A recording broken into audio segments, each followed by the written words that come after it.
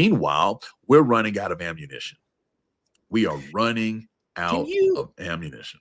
can you just kind of go into that for all of us who Mhm. haven't served, who don't fully grasp the implications of that?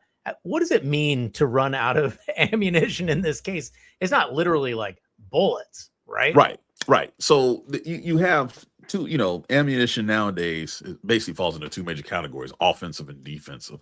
So offensively, Tomahawk cruise missiles, typically they're fired from U.S. Navy warships. They're highly expensive, but they're highly complex. They can do a lot of things. They can fire and forget over long distances, be guided to certain targets, and depending on the intelligence, which is a big deal, making sure they hit the right targets. They're very expensive. They take a long time to make.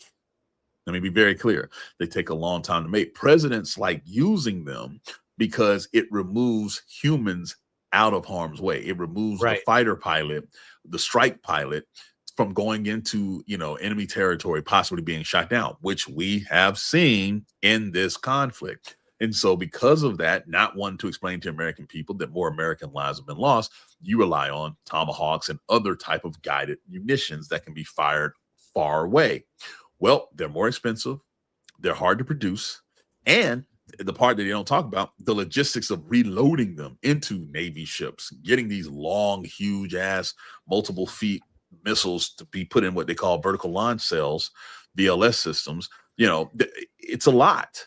So wait, so let me stop you there because yeah. I never thought that. Just blew my mind. Yeah. It's not just that you run out of these, but Yeah. once you remanufacture them, which takes a long time, you got to get them back into the zone and you got to get them back in the reload. theater. Yes. Can you? How does that happen? How do you reload a ship? Well, that's my thing. So as a weapons officer on board a destroyer, that was my job. So they would bring it out with a different type of ship.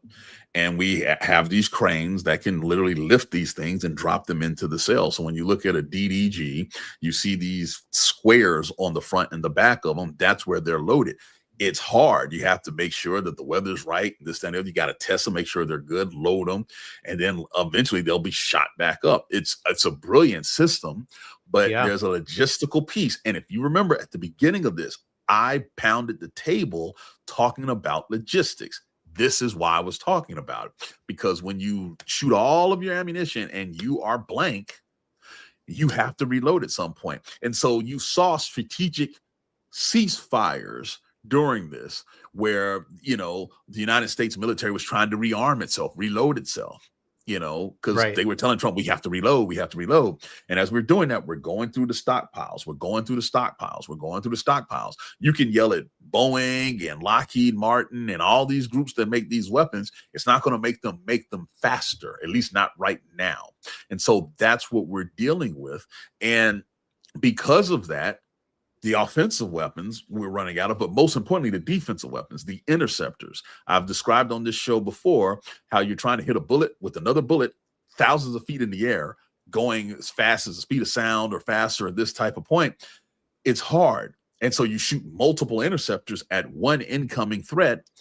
And guess what? The threat only costs $10,000 from Iran's side, but the interceptors cost like $2 million a pop. And you're shooting multiple ones because you're trying to have a higher probability of kill. You go through your ammunition very quickly. And that's what's happening. And I believe, without having any inside knowledge or any classified knowledge, that part of the reason the bases are getting hit more is because we're running out of interceptors. And now you have to pick and choose what you're going to defend. You just can't have that same blanket policy because you're trying to conserve ammunition. I'm not the only one that thinks that. There are plenty of military experts like me who have experience that are saying the same thing. And so what does that mean? Your troops are now in harm's way even more because of that. So Hegseth sitting up there, he can sit there and lie all he wants to. He can sit there and try to be the tough guy he wants to. The proof is in the pudding. This is why they're hiding the casualty numbers. This is why they're hiding the battle damage assessment of bases, because it's a heck of a lot worse than they're portraying, because the ammunition is running out and is depleting.